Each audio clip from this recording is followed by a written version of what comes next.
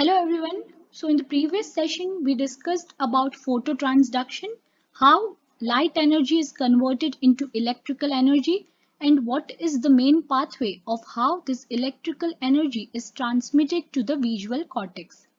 In this session we'll be learning more about the processing of this electrical impulse, that how is this electrical impulse exactly being sent to the visual cortex. So two types of processing are present. One is your serial processing and other one is your parallel processing.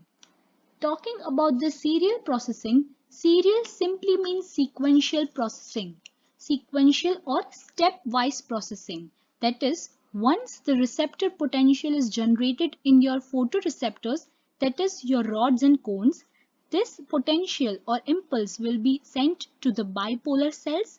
The bipolar cells will again send this impulse to the ganglionic cells, and the ganglionic cells will ultimately send it to the lateral geniculate body, which will finally send the impulse to the visual cortex, where the impulse shall be perceived. Coming to the parallel processing, so parallel processing is more of a complex thing. Now what do you mean by parallel? Parallel simply means that if we are talking at a particular level, at this particular level also, at all these levels, there are different types or different pathways occurring. That is why the name parallel is given. Now the parallel processing starts from the ganglionic cells and ends at the secondary visual cortex, which will finally relay information to the higher centers. Okay, so let us come to the ganglionic cells. Now, ganglionic cells are of three types. Which three types? The Parvo cells, the Magnocells, and your Conio cells. Let us see what are these cells. Now, firstly, Parvo cells, also known as P cells. Parvo means small. So these cells have small cell body. Then coming to magnocells or M cells. So these cells have large cell bodies. Magno means large. And after that, conio cells. Conio actually means dust. Conio means dust. And these are very small cells. But why do we have three cells? Yeah? Anyone? Because our eye is meant to perform different functions, whether it be movement, that is your motion, whether it be color or contrast, everything is to be perceived by the eye. But all these things are done by different set of cells. So that means we have three different ganglionic cells, which further means that we have three different axons coming from the ganglionic cells, which will lead to three different pathways. That is, your Parvo cells will form the parvocellular, magnocells will form the magnocellular, and the conio cells will form your coniocellular pathway. And these pathways will further terminate in the lateral geniculate body neurons, from which they will be transmitted to the primary visual cortex, after that secondary visual cortex, and finally to the higher centers. So this is something about the ganglionic cells and the parallel processing. Let us learn more about the lateral geniculate body. Now lateral geniculate body, it has got 6 layers. It has got 6 layers, and you need to remember this, that which layers will receive impulse from which side of eye.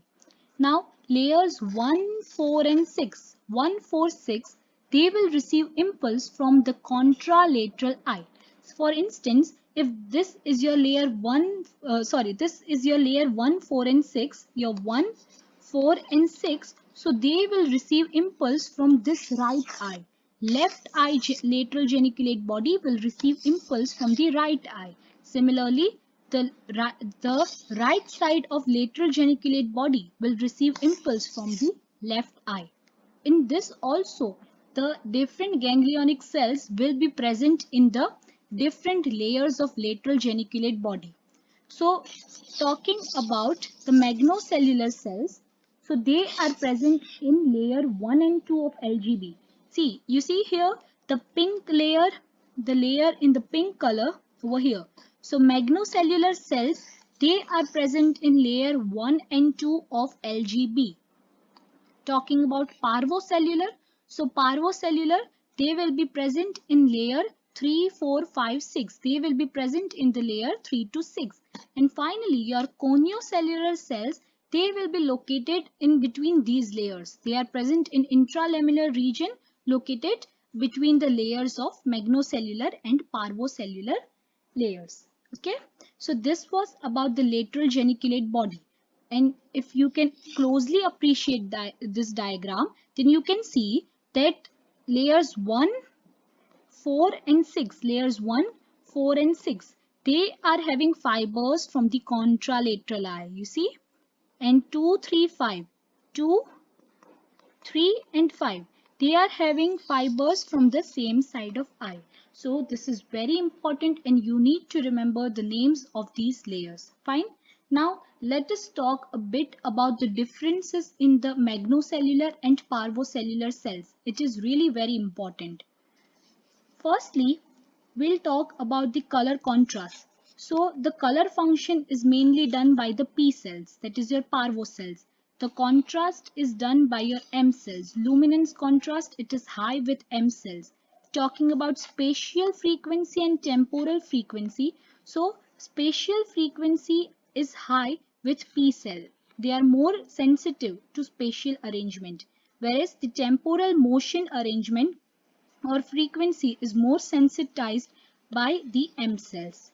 In general and in short, if I say this, then M is for magno. Magno means large. That is why they are present in layer 1 and 2 and they are involved in motion and movement. Temporal means motion wala part na. So motion and movement is controlled by the M cells and P cells, they will control your color, then your depth and also bit of your contrast. Fine. Like usually it is said that magno cells are fast cells and P cells are your slow cells. Fast activity like motion, it will be detected by the magno cells, whereas color, contrast, these things will be detected by your parvo cells. So this was all about today's session. In next session, we'll continue with the visual perception. Thank you.